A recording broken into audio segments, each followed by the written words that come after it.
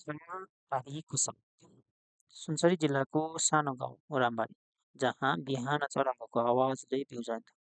साँझ बेलामा देखिजाँदो बालकहरूको आँसुले घर आँगन भरिन्थ्यो। यहाँका मानिसहरू धेरै धनी थिएनन् तर हाँसी खुसी बाँचिरहेका थिए। गाउँको बीच भागमा दुईटा घर थिए, एउटा हरिशङ्करको र अर्को रमेशको। दुवै घरको बीचमा एउटा सानो पर्खाल थियो जुन कहिलेकाहीँ छोराछोरीहरूले काम फाल्न प्रयोग गर्थे। हरिशङ्कर 52 वर्षको किसान, सादा जीवन बाँच्ने, बिहान खेत जानु, बेलुका घर फर्कनु, परिवारसँग सादगी जीवन बिताउनु। उनकी श्रीमती पार्वती, दुई छोरा र एक छोरी। सपनाहरू सादा थिए, बाँच्न बच्चाहरू पढ्नु, घर शान्त रहोस् र सालमा खेतले राम्रो अन्न दिन सकोस्। उता रमेश मास्टर गाउँकै सरकारी स्कुलमा पढाउँथे। बुद्धिजीवी स्वभाव र कहिल्यै अहङ्कार थिएन। उनकी श्रीमती अन्जु कोमल स्वभावकी, घरमा सधैँ कुनै न कुनैलाई सहयोग गरिरहेकी हुन्थिन्। रमेश र हरिशङ्करको परिवार बीचको सम्बन्ध नमस्कार भेटभाटको सीमामा थियो। उनीहरूमा खासै धेरै कुरा हुँदैन थियो। उनीहरू दुवै परिवार आफू आफ्नो जीवनमा व्यस्त थिए। तर उनीहरू बीचमा कहिल्यै दुश्मनी भएन। भाद्र महिनाको एक साँझ हावा अजिब चलेको थियो।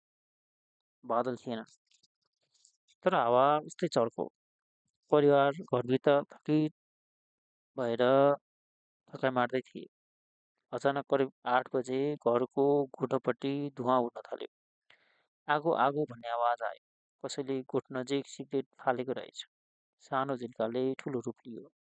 आगोले क्षणभरमै भैँसी बाँधिएको भाग, खल्तीमा राखिएको धान, भुसा सबै समात्यो। बचाउन प्रयास गरे तर भगेको हावाले आगो फैलाइदियो। आत्मा हल्लियो, मानौ सास थामिएको छ। हरिशङ्करका दुईजना साना नानीहरू रुँदै कराउँदै थिए। श्रीमती पार्वती बेहोस जस्तै थिइन्। आकाश त नजिकै थियो तर पानी थिएन। रमेशजी त्यो बेला आफ्नो कोठामा पुस्तक पढिरहनु भएको थियो।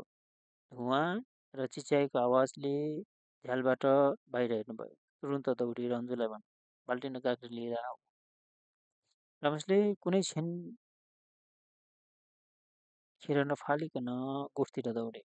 पानी, झ्याउ, च्याङ्बा सबै ल्याए। छिमेकीहरूको ढोका ढकढकाए, आउनुहोस्, जाग्नुहोस्, आगो लागेको छ। एकछिनमै मानिसहरू जुटे, पानी हाले, आगो निभाउने प्रयास गर्न थाले।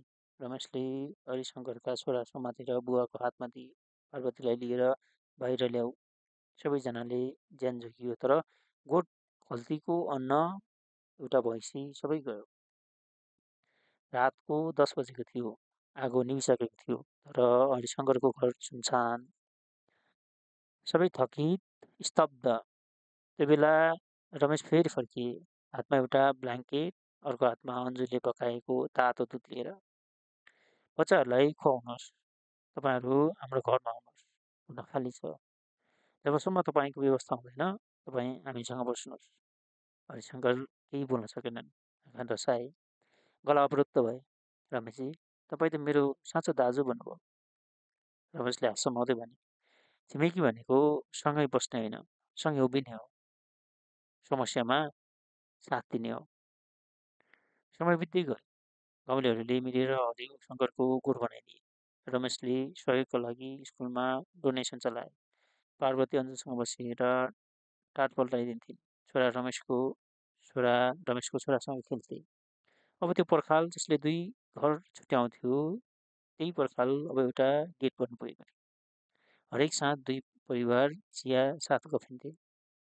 अब न उनीहरू मात्र छिमेकी थिए, उनीहरू परिवार थिए।